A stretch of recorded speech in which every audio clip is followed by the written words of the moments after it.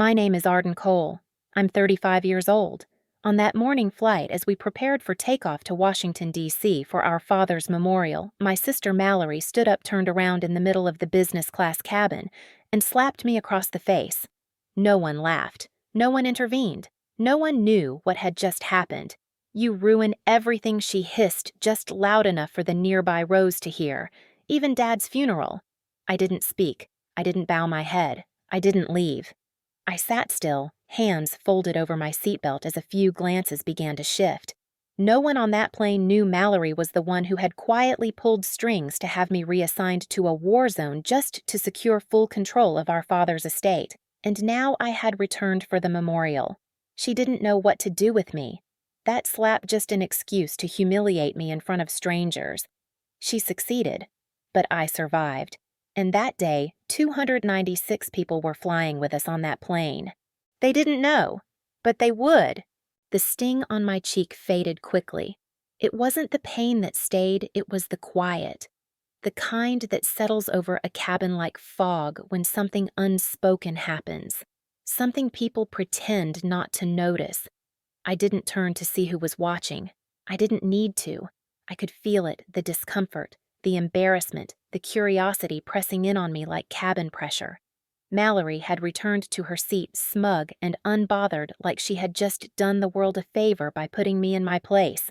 The flight attendant passed by twice without saying anything. The second time, she paused, her eyes flicking to the side of my face, then down. Not pity, not concern, just avoidance. The kind people reserve for things they don't want to get involved in. That was the thing about Mallory. She didn't have to raise her voice. She knew how to humiliate with just enough volume for it to echo. A few rows back, a businessman shifted uncomfortably in his seat. A woman with a toddler glanced at me, then quickly looked away. No one said anything, but they'd remember. They always do when a woman gets hit in public, not with fists, but with shame. I could hear Mallory's voice again, not now, but from months ago through a phone call that hadn't lasted more than 3 minutes. "You know this isn't your kind of life," Arden, she'd said, calm and clipped. "The military was your escape. Now you're back. Let's not pretend you're going to hold anything together." Back then, I'd thought she was just being sharp blunt like always. It took me a while to see the pattern. The reshuffled family trust. The accidental reassignment request that sent me into the last deployment. The attorney she recommended to help with Dad's estate. Subtle sabotage packaged in family concern. But that wasn't what burned most. What stung more than the slap, more than the silence, was how easily I let her do it again. Just like always. Quiet compliance, like muscle memory. Like I still had something to prove to her, and maybe I did. Outside the window, the tarmac was gleaming, the sky a cloudless blue. It should have felt like a clean start, but my chest was tight. Like the air around me had narrowed, like I was slowly being boxed back into the version of myself she had crafted, delicate, unstable, forgettable. The plane began taxiing. The captain's voice crackled overhead low and practiced informing us of the flight duration, the weather, and the cruising altitude. I listened not to his words, but to the tone. It was familiar, not just from flying, from being the one who said it. Years ago, I'd flown missions into storm zones with only satellite data and faith and instinct. I'd evacuated ground crews under fire, executed high-G maneuvers with lives strapped in behind me. I knew what to do under pressure, but sitting here with a red mark on my face and a sister behind me who never thought I deserved a seat at the table, I felt small. I clenched my jaw to anchor myself.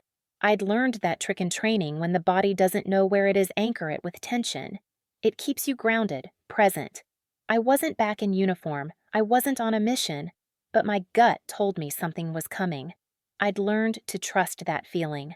Mallory was flipping through a magazine now like nothing had happened. Her elbow jutted slightly into the aisle, her drink resting precariously on the tray. The absurdity of it all almost made me laugh, but there was no space for laughter. Not yet. The seatbelt sign blinked off. A few passengers got up to adjust their bags. Somewhere behind me, someone ordered tomato juice. I stared forward. I didn't know it yet, but we were 37 minutes from crisis. From a half-breath over Nebraska, where a man would clutch his chest in the cockpit. Where autopilot wouldn't be enough. where one decision to stay seated or to stand would redraw everything. But right now, all I had was silence. And it was enough I wasn't always this quiet. As a child, I spoke constantly to the birds on the fence line, to the tree outside my bedroom, to my notebooks lined with maps and imagined terrains. I grew up in North Carolina on the edge of a base that never really slept. Our windows rattled from pre-dawn drills and late-night departures, but the sound didn't bother me. It felt like rhythm, like the world moving forward. My father was a staff sergeant back then, lean, sharp, respected. People listened when he spoke, not out of fear, but because they believed in him. I did too. He used to let me polish his boots, said I had steady little hands. I thought that meant something. My sister Mallory was the golden one, tall, broad-shouldered, always 2 steps ahead. My father never said it aloud, but he didn't have to. Everything in our house tilted toward Mallory, the conversations, the expectations, the space at the table. I didn't resent it, not really. I just got used to being the other one. The one who was told to wait to listen, to let the men handle it. When my mother left or disappeared, depending on who you asked, I was 11. Too old to cry freely, too young to process the hole she left behind. Dad said she wasn't strong enough. That always stayed with me. Like strength was the only currency worth anything. By 16, I knew what I wanted to serve. Not to impress him, not even to prove anything. I just felt called to it, to order, to structure, to purpose. But when I told my father I wanted to enlist, he laughed. Said, "You'll fold in the field. You're built for paper, not for war." That was the first time he called me a paper soldier. It wasn't a nickname, it was a sentence. I didn't argue. I applied anyway. To everyone's surprise, maybe even my own, I thrived. While Mallory went into law and rose quickly in some DC firm, I climbed quietly through the ranks. Not fast, not flashy, but steady. I studied systems, read field reports like novels, and learned how things really moved beneath the surface. I became the person who listened when others missed details, who noticed patterns in chaos, who found the weak point not to exploit it, but to reinforce it. They started calling me in for quiet work analysis coordination reviews that were never signed with my name, but always carried my fingerprints. I didn't care about glory. I cared about getting it right. Still back home, none of it mattered. At reunions, Dad introduced me as his daughter who's doing admin stuff somewhere. Mallory got the toasts. I got the dish duty. I stopped trying to explain. There are only so many ways to say, "I'm not what you expected, but I'm enough." Sometimes enough has to speak for itself. When my father was diagnosed, I came home. Quietly, without asking for anyone's blessing. He was thinner than I remembered, less sharp. But still himself. He didn't say much about the past. He never apologized. Mallory handled the estate. She always handled things.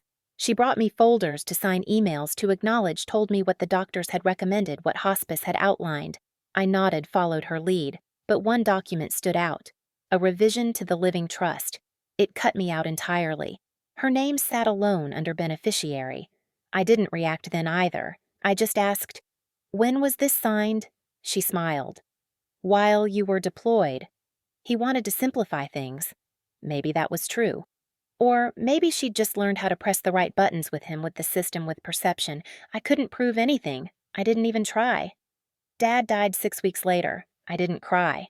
And when I received a folded invitation to his memorial, no message, just a time, a date, and a gate number, I packed my bag and showed up at the airport. Mallory was already in the lounge. She didn't acknowledge me. Not until boarding, when she said, "You booked the aisle right. You know I hate the middle." I nodded. She sat by the window anyway, and I sat down beside her, watching the tarmac, remembering how once I flew into a sandstorm with 30 souls behind me and a failing nav system and somehow still found my way out. It happened just after we crossed the Ohio River. The seatbelt sign had just blinked back on, though there hadn't been any turbulence. The captain's voice came on, faintly clipped, something about a slight detour due to air traffic congestion near DC. But something was off. His tone was different, stiffer, less composed. I caught it because I'd used that voice before, the one you summon when protocol tells you to stay calm, but your body is already issuing other orders. 30 seconds later, the intercom crackled again. "If there are any medically trained personnel on board, please notify the crew. That sentence changed everything. You don't make that announcement unless something's gone seriously wrong. And in the enclosed world of a midair aircraft, seriously wrong scales quickly. It doesn't stay in row 14. It becomes everyone's altitude, everyone's fate. A low murmur rippled through the cabin. Someone 2 rows back muttered, "Jesus." A woman across the aisle clutched her seatbelt. The attendants moved faster now, not rushing but with a practiced urgency. I looked at Mallory. She was scrolling through her phone, oblivious or pretending to be. She'd always had that ability to tune out what didn't serve her narrative. Then, one of the flight attendants passed by her face, pale, her steps less sure. She was headed toward the cockpit, and she wasn't carrying anything. That alone told me enough. You don't go to the cockpit empty-handed unless someone in there is down. I unbuckled my seatbelt slowly, deliberately, not making a scene. Arden Mallory snapped, "Sit down. We're not doing this." I didn't look at her. There's a moment right before you make a decision that could change the course of a day or a life when everything gets very quiet inside your head. I'd learned to recognize that silence. It's not hesitation, it's clarity. I stood up. Mallory grabbed my sleeve. "Don't embarrass yourself." I met her eyes. They were sharp measured. No panic, just control. That was her fear, I realized. Not the emergency, not even me, but the loss of control. "Stay seated," she hissed. "You're not qualified for this." "I am," I said quietly. "And you know it," she scoffed. "You haven't flown in years." That wasn't true. I'd been flying simulators and consulting on route recalibrations for months, but explaining wouldn't matter. Not to her. Not here. I stepped into the aisle. Around me, passengers were shifting, some still unaware of what was happening. Others were alert, now watching. One of the attendants blocked the aisle ahead. She looked at me not rudely, but with concern. "I think I can help," I said. Her eyes scanned me not with skepticism, but calculation. I saw her weigh the risk. She hesitated. Mallory's voice followed behind me loud enough for others to hear. "She's not a real pilot, just some paper vet with PTSD." It wasn't a slap this time, but it landed just as hard. The attendant flinched. My throat burned, but I kept my gaze steady. I reached into the side pocket of my carry-on and handed the attendant my old certification ID, still valid for emergency override in federal airspace. "I'm not asking for control," I said. "I'm asking what's happening up there." She took the card, walked away briskly. Behind me, I heard a whisper. "Is she serious?" And then another. "Did she say PTSD?" I didn't turn around. A minute later, the attendant returned. Her eyes were wider now. She handed me back the card and said low, "We lost the captain. Cardiac arrest." The first officer's in shock. "We need someone calm." There it was. Not approval, not permission. Just need. The cockpit door wasn't fully closed. That detail alone said more than words could. Inside, the captain was slumped over straps cutting into his shoulder where he'd collapsed against the side console. His face was ashen, eyes half-lidded, his mouth slack. The first officer was upright, but frozen hands hovering above the controls, blinking hard, muttering under his breath. He couldn't have been more than 30. The flight attendant looked at me as if asking silently whether I wanted to turn back. I didn't. I stepped in. The space felt smaller than I remembered, tighter, less forgiving. The years came back in layers, checklists, call-outs, the language of altitude and torque and climb rates. My hands moved on their own, gently guiding the first officer to the side. "Lie him flat," I said. "Start compressions. Someone outside needs to radio a ground med." He nodded stiffly and obeyed. His fingers shook. I settled into the left seat, not with ceremony, not with pride. Just function. My hands moved over the yoke, light, steady, familiar. The screen blinked back a stream of data speed heading fuel balance weather flags. We were slightly off course. Nothing critical, but enough to need correcting. I pressed the comm toggle. "This is Flight 272. First officer is incapacitated. Captain unresponsive. I am assuming temporary command. Former Air Force certified override under FAA Emergency Clause Delta 1. There was silence for 2 beats, then a calm male voice, copy that 272, confirming credentials, proceeding with reroute advisory. Behind me, I heard the door click softly shut. It was just me and the sky now, and 296 people I couldn't see. The first officer, Jeremy, I'd later learned, stayed on the floor giving CPR with mechanical rhythm. His face had gone white, but he didn't stop. I glanced over. "You've got this." He didn't answer, but he nodded once. The next 20 minutes were a symphony of quiet urgency. My fingers read the panel like Braille. The jet was responsive. Slightly heavy in crosswinds, but manageable. I made 2 course corrections, rechecked fuel, and responded to 3 ground directives. No one asked who I was again. No one had time to doubt. The cabin stayed oddly still. I didn't need to see it. I could feel it, the tension, the compression of questions unsaid. Word had spread by now. Someone knew. Someone had whispered. "She's flying it. Her, yes, her." I didn't care if they believed it or not. At 34,000 feet, belief didn't matter. Only outcome did. Mallory hadn't come to the front. I hadn't expected her to. She was the kind of person who disappeared when reality didn't serve her version of the story. But I pictured her back there, lips pressed thin, watching the seat back in front of her like it might collapse under the weight of what she refused to acknowledge. I wasn't angry. Not anymore. That had passed somewhere between the altimeter and the engine temp gauge. What remained wasn't pride, either. It was focus and clarity. We began our descent just shy of Pennsylvania airspace. The controller asked if I preferred autopilot. I declined. "I'd rather feel it all the way down," I said. He didn't argue. At 9,000 feet, the turbulence picked up. The clouds thickened, coiling in a strange spring front. I adjusted trim-slowed speed, checked gear. Still calm, still quiet. Then, runway in sight. The wheels kissed down harder than I'd like, but not dangerously. The deceleration was smooth. I taxied to the edge of the runway where a ground crew and 2 med units were waiting. The door opened. I stood stretched once and stepped back into the cabin.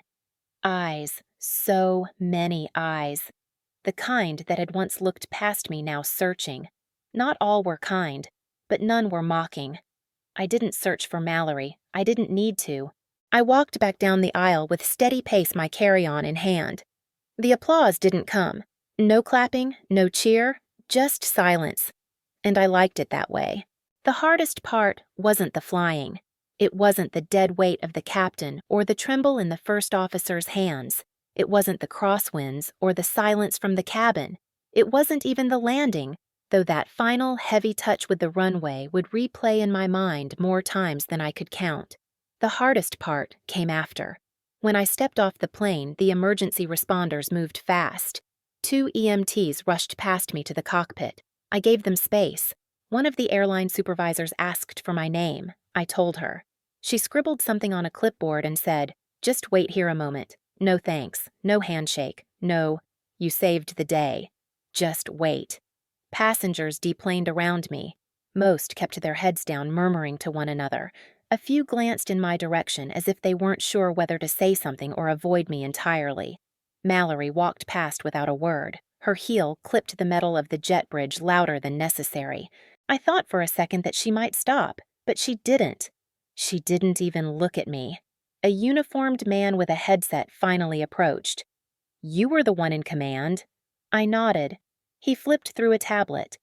"Do you have formal credentials?" I handed over my ID and certifications. He scanned them without comment. Then came the questions, not cruel, not accusatory, but coldly procedural. "What was your decision point for assuming control? Did you communicate with ground authority immediately? Was there any indication of prior medical distress from the captain?" I answered them all. Each word felt like an act of self-preservation. There was no one to vouch for me, no co-pilot stepping up to say, "She saved us," no flight attendant confirming my calm. Just forms, and eyes, and air that somehow felt thinner than it had at 30,000 feet. Later in the holding area, I was asked to sign a preliminary statement. Standard protocol, they said. Just a draft, not binding. Still under review. I signed. My hand didn't shake, but my chest did somewhere under the surface. That night I lay in a hotel room near the airport, The walls were beige, the air conditioning unit hummed unevenly, and I kept replaying every second of the flight, not because I was proud, but because I wasn't sure I hadn't done something wrong. I'd followed procedure. I'd flown by instinct and training. I'd landed the aircraft safely. So why did it feel like I'd done something shameful? Why did I imagine the headline, "Unauthorized Passenger Lands Commercial Jet During Midair Emergency"? Instead of the one I should have earned, I opened my laptop and searched for news. Nothing yet.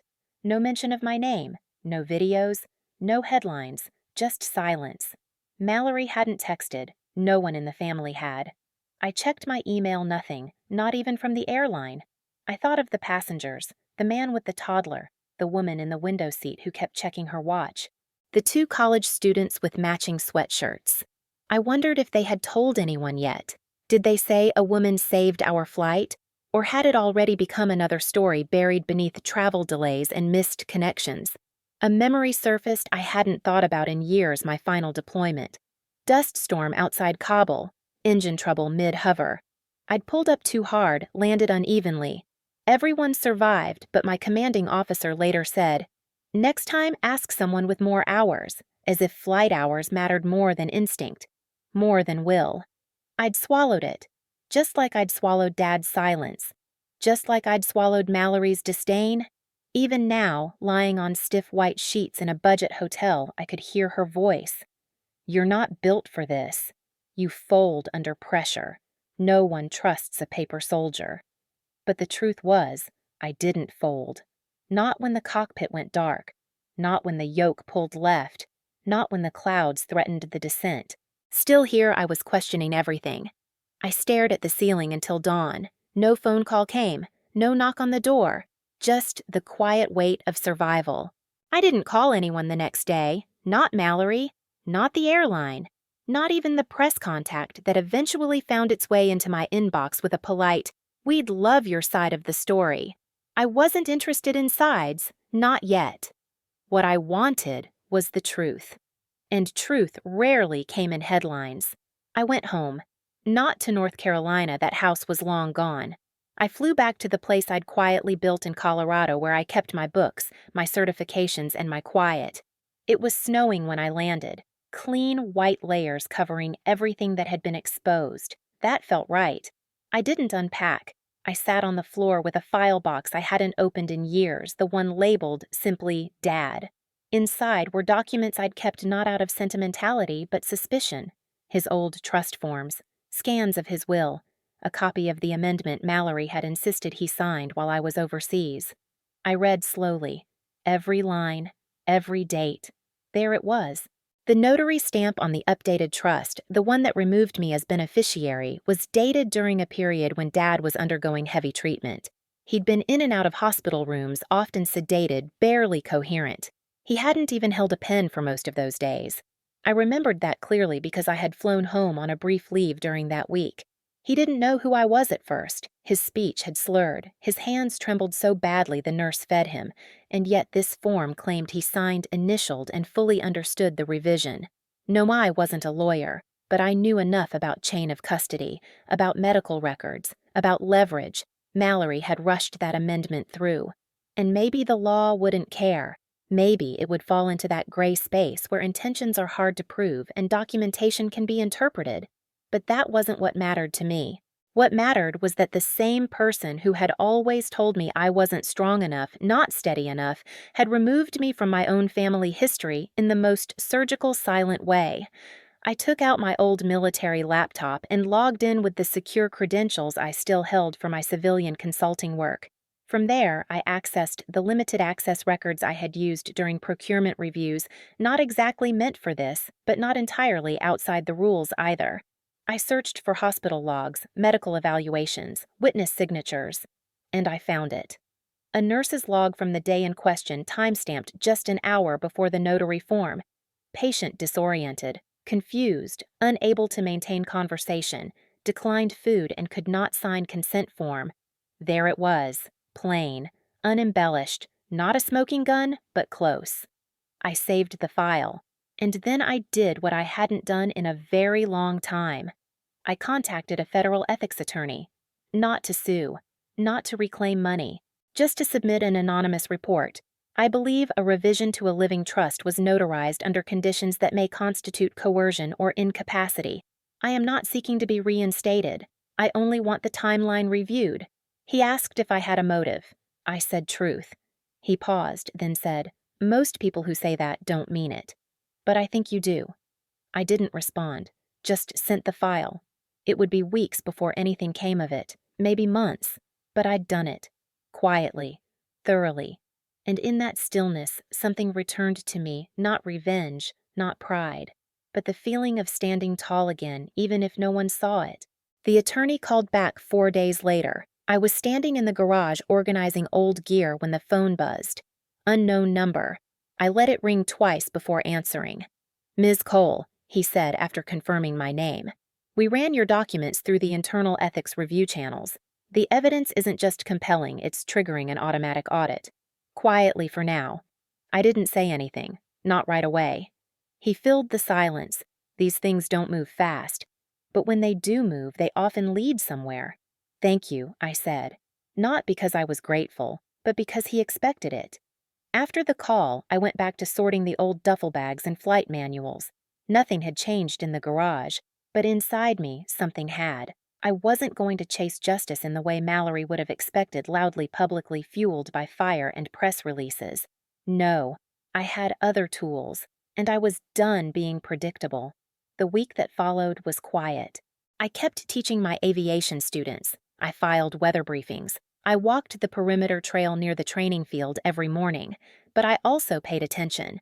On the 4th day, the first signal arrived, a request for a notarized confirmation of Dad's signature on the amendment, from the lawyer who had helped Mallory file it. The message was short, oddly tense. I didn't respond. I forwarded it to the ethics office, let them handle it. The next day, I checked the public court docket, a habit I'd picked up in the military back when keeping track of quiet developments was part of the job. There it was, an anonymous complaint logged into the state probate system. A review had been initiated into the trust's legitimacy. Not a trial. Not yet. But a pulse. I never told Mallory. Never sent her a message. Never warned her about what was unfolding beneath the surface. She'd learn soon enough. Instead, I turned my attention back to the airline. A quiet email had come in from one of their internal investigators asking if I'd be willing to walk them through the cockpit handover again off the record. They phrased it politely, but I knew what it meant. Someone somewhere was wondering if I'd overstepped, if I had assumed too much authority, or enjoyed it. I replied with a 3-sentence message. "Please contact the FAA. My actions are logged through official channels. I will not be participating in speculation. It wasn't a refusal, it was a boundary." I copied the FAA response logs to a secure drive and made sure they were archived, just in case. That night, I slept without checking the news. I didn't need the noise. I only needed one thing: silence that came not from suppression, but from knowing the work was already in motion. 3 days later, I received a letter, thick envelope, no return address. My name, printed neatly. Inside was a printed statement signed and dated from the FAA's Internal Oversight Board. It confirmed my emergency override had been justified, that all protocols had been followed, that the flight's safe landing had depended on rapid and competent alternate command. No congratulations, no fanfare, but also no accusation. That was enough. I placed the letter in the same box as my old flight badges, right on top. Then I did something Mallory never would have understood. I called the Regional Flight Academy and offered to host a free workshop for female veterans interested in aviation. No sponsorship, no news, just skills. The director sounded surprised. "You want to teach for free?" "Yes," I said, "and I'd like it off the schedule." Informal. Why? Because some things don't need visibility to matter. He paused, then said, "You're not what I expected." I smiled at that, not because it pleased me, but because it meant I was still hard to categorize. Just the way I wanted it. The memorial was held in a restored chapel at the edge of Arlington. White stone walls, brass fixtures, flags so starched they barely moved in the breeze. Dad had requested no big speeches, no color guard, Just a few words and a folded flag as he'd scribbled in a half-legible note tucked behind his discharge certificate. Mallory ignored most of that. She booked a full ceremonial venue, sent out printed invitations, and included a paragraph in the program titled Legacy of Strength. It read like a eulogy for herself. I arrived early, not out of formality, but because I didn't want to enter with anyone else. I took a seat in the third row, left side. Quiet, unobtrusive. My uniform was pressed, hair pinned back, no makeup, just the small silver badge I'd kept from my last overseas rotation tucked beneath the jacket's fold. Mallory walked in 5 minutes before the service started. Her dress was deep navy. Her heels clicked the way power announces itself. She moved to the front row, nodding to a few former colleagues of Dad's, and didn't look back once. I wasn't expecting acknowledgement, but I saw the moment she noticed me. A flicker. Barely perceptible. She didn't stop speaking to the man beside her, just adjusted her posture. A signal. To herself, maybe. Or to the version of the story she'd come here to perform. The ceremony opened with a prayer, then a brief military honor segment flag presentation taps. Simple, as requested, then the podium. Mallory rose. She spoke eloquently as always. Her voice was steady, reverent, polished. She talked about Dad's values, his work ethic, his leadership. She didn't mention me, not once. She used phrases like he raised us to be strong and he lived by discipline and loyalty, but the us never had a name. And yet I didn't feel erased, because the truth was already seated in the room. I had received a quiet message that morning from the FAA's senior administrator. A formal commendation would be issued within the month, not as a ceremony, but in my official service record. A correction to years of oversight. It wouldn't be public, but it would be permanent, and I knew something else. The probate court had just opened an inquiry into the legitimacy of Dad's trust documents. I hadn't told anyone, not even the attorney, but the wheels had begun to move. As Mallory spoke about honor, I watched her fingers curled slightly too tight over the edge of the podium. Her wedding band twisted on instinct. She was performing confidence, but her shoulders had shifted. After the speech, guests milled around, sipping from paper cups of coffee and avoiding eye contact with anything too emotional. A few came to speak to me quietly, as if unsure whether they were allowed to. One man, retired colonel by the look of his pins, approached and simply said, "You flew the 272, didn't you?" I nodded once. He gave me a slow, respectful salute, then walked away. No one said anything after that, except for Mallory. She waited until most of the guests had gone, walked up beside me at the reception table where I was folding one of the unused programs into quarters. "You shouldn't have come," she said, not looking at me. "This was Dad's," I replied. She glanced at my uniform. "Always needing to prove something." "No," I said, "just not hiding anymore." Mallory laughed softly, bitter, not loud. "You think you've won something I didn't answer." She leaned in voice low. "You may have landed a plane, but you'll never be the one they toast." I folded the program again, set it down gently. Then I looked at her. Really looked and saw for the first time not the older sister who'd shaped my absence, but a woman scrambling to maintain the illusion of control. I didn't need revenge. I just needed her to see that I was still standing, still here, still enough. I left without another word, not triumphant, not broken, just whole. It started with a leaked video. Just 30 seconds long. A passenger had filmed the moment Mallory slapped me. You couldn't hear much over the hum of the engine, but her hand was clear, fast, and deliberate. The sound of it, even on grainy footage, cut through everything else. You saw my head turn slightly from the force. You saw the stunned expression of a man 2 rows over. And then you saw me stay still. No response, no reaction. Just breath, just restraint. By the time the clip hit the internet, it was already attached to speculation. At first, it was just tagged as business class drama or family feud in the sky. But within hours, someone recognized me. A woman, a retired Air Force nurse, commented, "That's Arden Cole. She's the one who landed Flight 272 last month." The tone changed immediately. People started digging. Someone found the FAA's incident report, redacted but still bearing my initials. A few travel blogs speculated whether I had truly flown the plane or if it was a coordinated PR effort. But then the full cockpit transcript leaked. I never spoke more than necessary. But in the final 5 minutes of descent, the audio captured one line I have visual. Gear down. We're bringing them home. It was enough.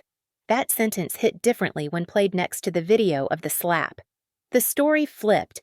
What had started as a petty midair altercation became something else entirely. It became an indictment, not just of Mallory, though she took most of the heat, but of the systems that had allowed someone like me to be so thoroughly erased for so long. I didn't post anything, didn't like the articles, didn't correct the comments, didn't offer an interview. Instead, I went back to work. At the academy, more students showed up than usual. Some younger women asked quiet questions between drills. One of them, a red-headed girl named Zoe, handed me a folded note during break. It read, "I saw you. You didn't move. That's the kind of strength I want." I kept that note in my locker, right behind my old patch. Meanwhile, quietly other truths began to surface. The ethics review into Dad's estate reached the probate court's public docket. A judge requested formal testimony from the notary who had witnessed the trust amendment. Under oath, she admitted she hadn't been present during the signing that Mallory had pre-signed for convenience, and her father gave verbal confirmation over the phone, which, medically speaking, would have been impossible. The ruling wasn't immediate, but the judge ordered a temporary freeze on the estate's transfer. Mallory's access to funds was revoked pending investigation. I wasn't reinstated as heir. I didn't ask to be. But the record was no longer hers to write alone. I didn't feel vindicated. Not really. Just real. Unerased. At a grocery store weeks later, a woman stopped me in the parking lot. She had 2 kids in her cart and a military sticker on her windshield. Her voice was soft, almost embarrassed. "I didn't know they still made people like you," she said. "The kind that just does the job." I didn't know how to answer that, so I nodded once and kept walking. The article appeared on page A11, not the front page, not the feature spread. But there it was in the corner of a national paper, former Air Force pilot, quietly credited for midair emergency landing. The piece was short, factual. It didn't dramatize. It simply stated what happened on Flight 272, noted the FAA commendation, and included one quote from a Federal Transportation spokesperson. Ms. Cole demonstrated calm and exceptional skill under pressure. Her actions likely prevented further tragedy. No photo, no interview, just ink, just record. That was more than enough. Later that same week, I received a letter from the probate court. The judge had ruled the trust amendment invalid, citing procedural inconsistencies, testimony of undue influence, and medical documentation, confirming the deceased's incapacity at time of signature. There was no inheritance awarded. The estate was placed in managed hold, set to be divided equitably. I didn't celebrate. I didn't call a lawyer. I didn't post anything online. Instead, I sat on my porch reading the letter in the quiet dusk while the mountains turned gold in the distance. I thought of Dad, of how much I wanted to hear him say just once I saw what you did, but some things don't come that way, and maybe deep down I no longer needed it. Mallory didn't contact me. Not about the article, not about the ruling, not about anything, but I heard through someone that she'd stepped down from a board seat at her firm, citing personal family strain. Her public reputation hadn't collapsed, she was too careful for that, but the shine had dulled. And more importantly, the narrative she'd constructed so carefully over the years, the one where I was always the unstable sister, the fluke, the invisible one, no longer held. It didn't matter how loud she tried to control the room anymore, because the facts had already spoken. At the academy, I noticed my students started walking taller, not because of me, but because someone somewhere had reminded them that strength doesn't always show up in the loudest uniform or the most decorated folder. Sometimes it's the one who stayed seated while being hit. Sometimes it's the one who didn't need applause. One afternoon, a new recruit asked if I had any advice for women entering aviation. I paused before answering. Then I said, "Don't try to prove them wrong. Just be undeniable." She wrote it down, and I went back to checking her takeoff angles. The story faded from the news as all things do. New emergencies, new politics, new noise. But I carried no bitterness for being forgotten, because I hadn't done it to be remembered. I'd done it because no one else could or would at that moment. And that was enough. It took 3 months for the headlines to fade and just one afternoon for peace to return. It came quietly, not through a court ruling or public apology, but in the small act of routine, the hum of engines at the flight academy, the clipped cadence of student voices on the radio, the smell of jet fuel faint in the spring wind. I never expected closure to look like a Tuesday. I'd started teaching full-time, not for the pay and not for recognition, just because it felt like something I could offer without explanation, instruction, precision, focus. I wasn't the woman who landed that flight. I was just Ms. Cole, the one who asked too many questions during debrief and demanded exact knots on turns. That suited me. I moved into the instructor quarters near the strip, a modest studio with sun-faded curtains and a view of the practice runway. On weekends, I took long walks through the hills. On Sundays, I read manuals for fun. That part of me never changed the part that found comfort in systems and silence. And then one day I received an envelope. No return address. Inside a single application form and a handwritten note. My name is Ellie. I'm not asking for help. I'm asking for a chance to earn this myself. Mom says we're different, but I think that's what makes me want it more.